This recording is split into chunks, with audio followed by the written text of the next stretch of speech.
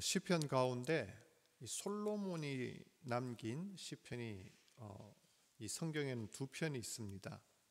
72편하고 127편인데 이 127편이 솔로몬의 시편 중에 하나죠.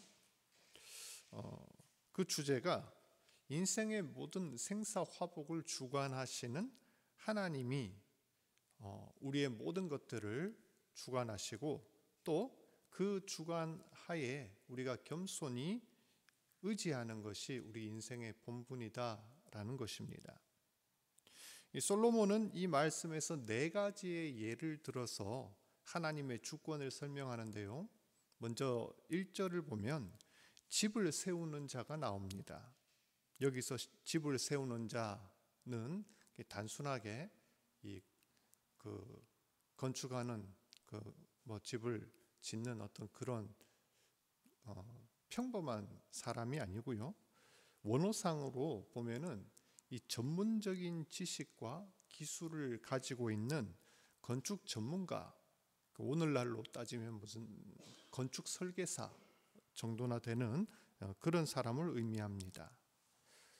이런 전문가가 수고를 아끼지 않고 집을 세웠으니 그 집이 얼마나 아름답고 튼튼하겠습니까?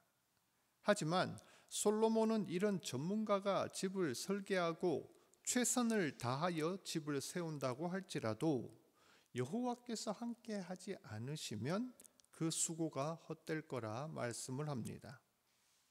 가끔 이 시내를 다녀보면 최신식으로 지은 건물이 무슨 이유인지는 모르겠지만 펜스가 둘러져 있고 몇 년씩 이렇게 흉물스럽게 방치되어 있는 그런 경우를 봅니다. 또 어떤 집은 완공된 지 얼마 안 됐는데 부도가 나서 경매에 넘어간다거나 또 어떤 경우는 다시 허문 경우도 있더라고요. 오늘 이 시인의 말처럼 아무리 훌륭한 건물을 올렸다고 할지라도 하나님의 도우심과 은혜가 없으면 그 노력이 허무하게 수포로 돌아가는 경우가 있습니다.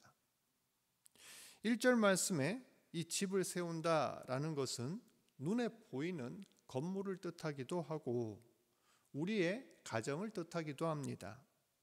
한 가정이 아름답고 견고하게 세워지는 과정을 인생의 집을 세운다라고 표현할 수도 있는 것입니다. 집을 건축하는 것과 마찬가지로 가정을 세우는 것 역시 결코 쉬운 일이 아닙니다.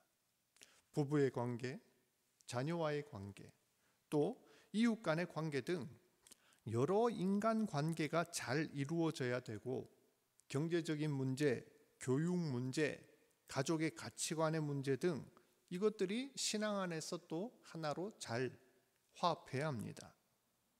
사람들은 행복한 가정을 이루기 위해서 좋은 배우자를 찾기도 하고 자녀들의 교육에 돈과 관심을 쏟습니다. 이런저런 수고를 마다하지 않죠. 하지만 이 시편 127편에는 훌륭한 집을 세우고 좋은 가정을 만드는 것이 인간의 노력만이 아닌 하나님의 손에 달려있다 이야기하고 있습니다. 하나님께서 집을 세우시지 않으면 아무리 인간이 노력하고 수고를 해도 궁극적으로는 허사가 된다라는 것입니다. 창세기 11장을 보면 우리가 잘 아는 바벨탑 이야기가 나옵니다. 사람들이 자신들의 노력과 수고로 벽돌을 쌓아서 어디까지 올렸습니까? 하늘까지 올리자라고 이야기를 합니다. 하지만 거기에 하나님의 뜻이 없었기에 하나님께서 그 일을 기뻐하지 않았기에 역사는 중단되고 언어는 분열되어 사면으로 뿔뿔이 흩어지는 결과에 이르게 됩니다. 오늘날도 많은 사람들이 자기 인생의 집을 세울 때에 가장 중요한 원리는 외면한 채 오직 자기 열심과 수고로만 살려는 사람들이 있습니다. 심지어 하나님의 뜻을 거역하고 대적하면서 내 힘으로도 충분히 견고한 집을 세울 수 있다는 환상 속에 빠져 사는 그런 사람들도 많이 있습니다.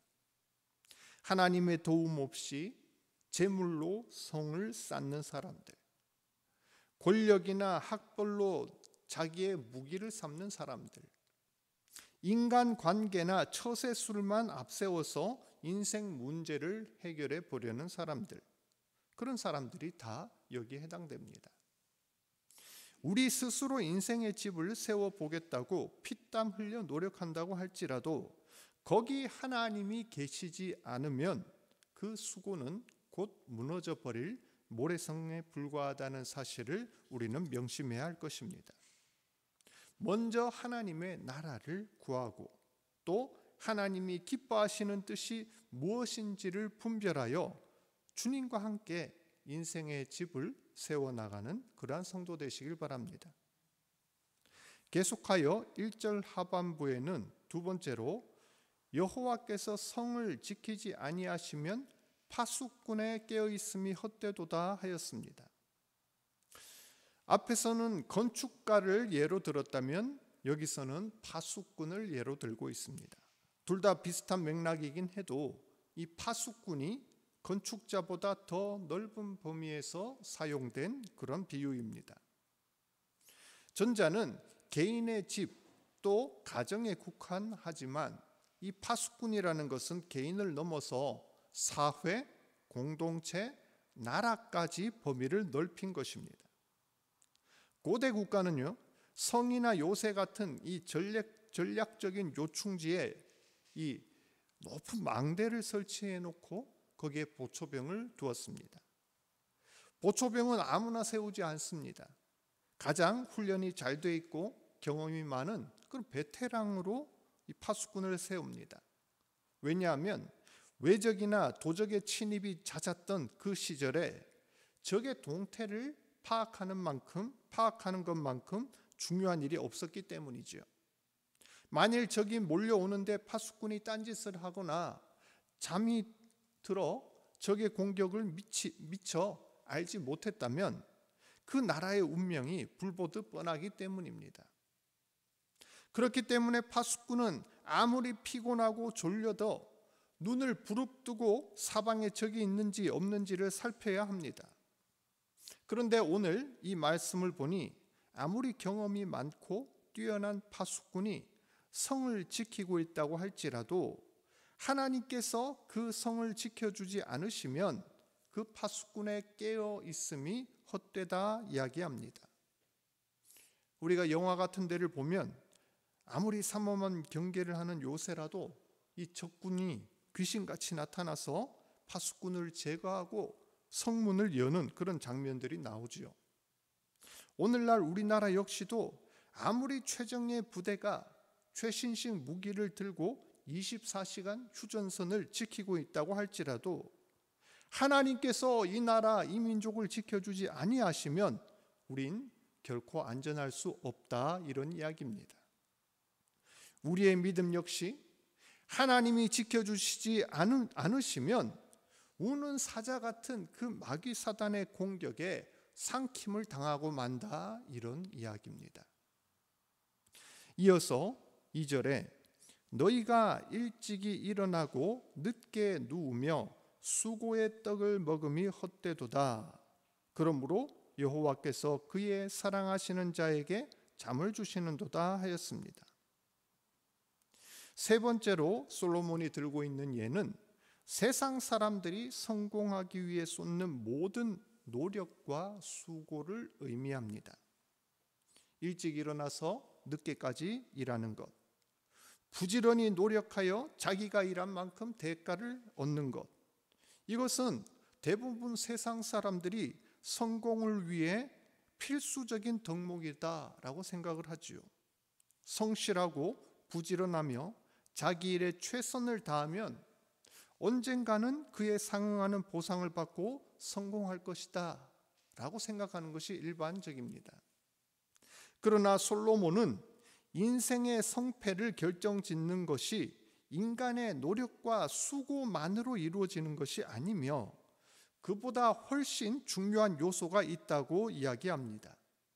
2절 하반부에서 여호와께서 그의 사랑하시는 자에게 잠을 주시는도다 하였는데, 이것은 여호와께서 사랑하시는 사람은 그가 잠을 잘 때에도 즉 그가 모든 일을 마치고 아무것도 하지 못할 때라고 할지라도 자신이 할 수 있는 영역의 바깥에서 하나님은 역사하시고 우리가 알지 못하는 은혜로 도와주신다라는 의미입니다.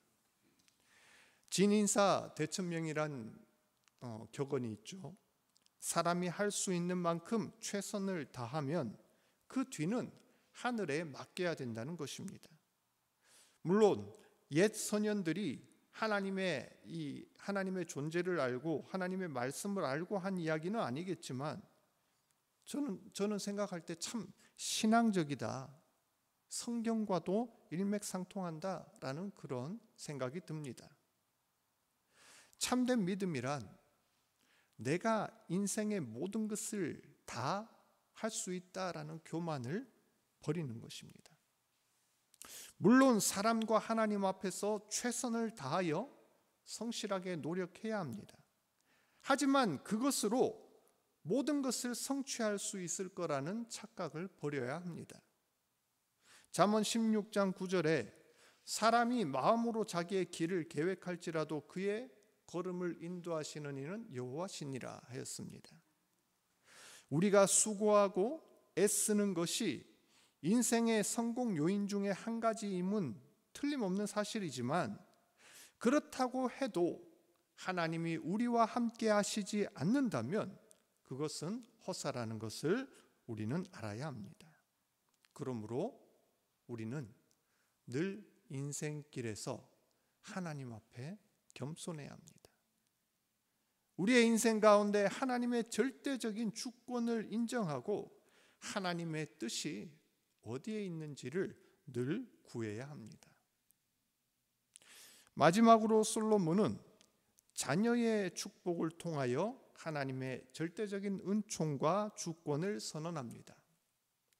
고대 근동에 있어서 가장 큰 축복으로 여겼던 것은 재산도 아니요 권력도 아니고 자녀의 축복이었습니다. 1절에 보면 집을 세우는 예를 들었는데 자녀의 축복은 이 주제하고도 일맥상통하는 면이 있습니다. 단순히 물질적인 번영, 양적인 번영보다 중요한 것은 그 가문이 믿음의 자손을 통하여 대대손손 이어져 가는 것이기 때문입니다. 아무리 재산이 많고 땅이 많아도 아무리 아름다운 집을 세운다고 할지라도 그 가문과 기업을 이을 후사가 없으면 그것은 헛된 일이 될 것입니다. 자녀가 없으면 그 가문은 당대에 끊어지고 사라질 것이기 때문입니다. 그래서 고대인들은 자손이 없는 것을 하나님의 저주라 생각했고 또 많은 자녀를 가진 것은 하나님의 축복이다 이렇게 생각했습니다. 아브라함에게 주셨던 그 복 역시 하나님께서 땅을 너에게 주겠다. 땅의 축복과 허다한 자손을 주겠다. 자손의 축복이 있습니다. 하지만 이 자손의 축복만큼은 사람이 아무리 노력한다고 해서 마음대로 되는 것이 아닙니다. 그래서 3절에 자식이 여호와의 기업이라는 표현과 함께 태의 열매가 하나님의 상급이라고 이야기하는데 이것은 모든 생명의 근원이 하나님이시며 하나님께서 축복하시고 은총을 베풀어야만 그의 유산을 후손에게 전할 수 있다라는 표현입니다.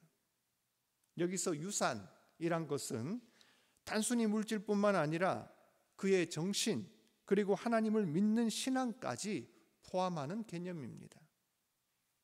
사랑하는 성도 여러분, 오늘날 우리는 아름다운 가정을 세우기 위해 또 귀한 삶의 터전을 지키기 위해 또 인생에서 성공하기 위해 하나님께서 주신 귀한 자녀들을 위해 여러 가지 노력과 수고를 아끼지 않습니다.